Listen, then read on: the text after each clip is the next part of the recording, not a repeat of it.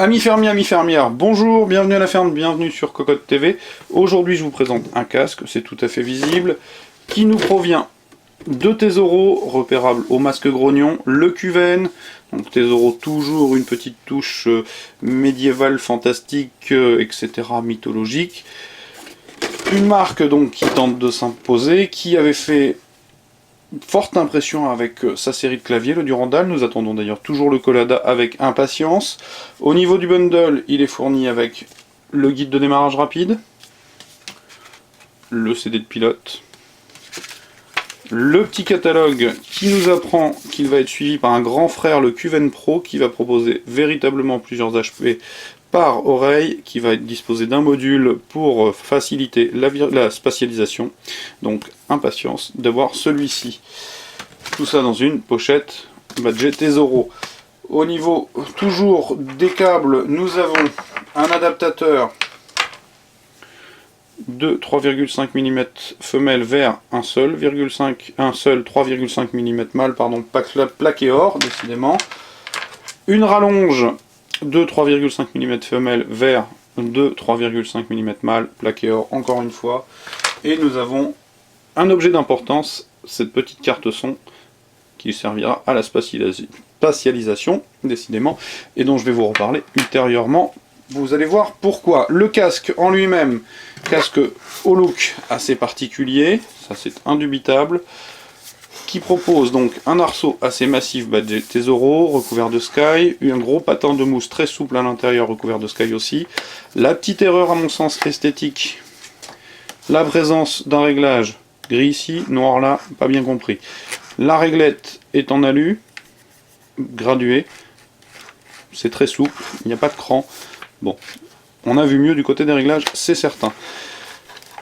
Le Tesoro, la fourchette est montée sur pivot, ce qui va permettre d'avoir une certaine liberté angulaire. Les oreillettes possèdent des platines en alu, différentes d'un côté et de l'autre, avec 4 vis BTR. Break the rule d'un côté, rappel Cuven de l'autre. La perche de micro en 3 parties, plastique caoutchouc souple, et la partie plastique qui héberge le micro.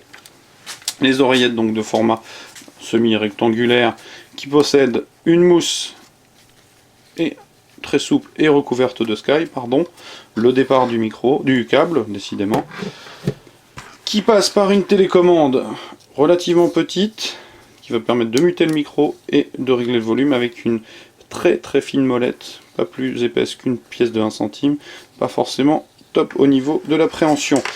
Le casque, je l'ai testé, il a deux aspects.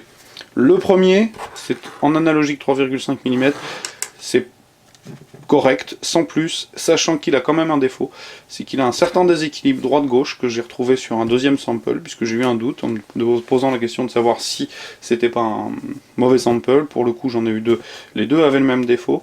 Heureusement, vous avez ce petit objet, qui est la carte son, qui va vous rendre un fier service, puisque lorsque vous connectez, vous pouvez avoir droit à un paramétrage qui va vous permettre de rapprocher la voix qui est la plus éloignée, et donc de rééquilibrer la stéréo, et d'activer un mode virtuel donc de spatialisation qui est somme toute plutôt performant, puisqu'on va avoir quelque chose qui ressemble à avant, arrière, droite, gauche de façon relativement précise. On va aussi avoir un égaliseur qui va permettre de lisser le son tel que il est apprécié, et pour le coup on arrive à avoir quelque chose d'assez sympathique. C'est peut-être pas de la grande diffi, mais en tout cas avec les drivers de 50 mm, nous avons clairement une belle rondeur de basse, une belle précision médium, des aigus en retrait, mais ça c'est un peu le défaut sur les casques en USB et les casques de jeu en général, donc quelque chose de sympathique.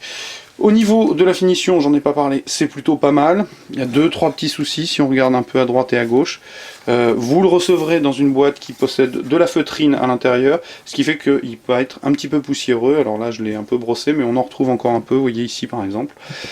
Pour le coup, le tarif 80 €, 79,90 très exactement, ce qui fait qu'il est somme toute pas si mauvais que ça et pas si cher que ça, et surtout il est intéressant au niveau d'une utilisation multimédia et pas forcément musicale.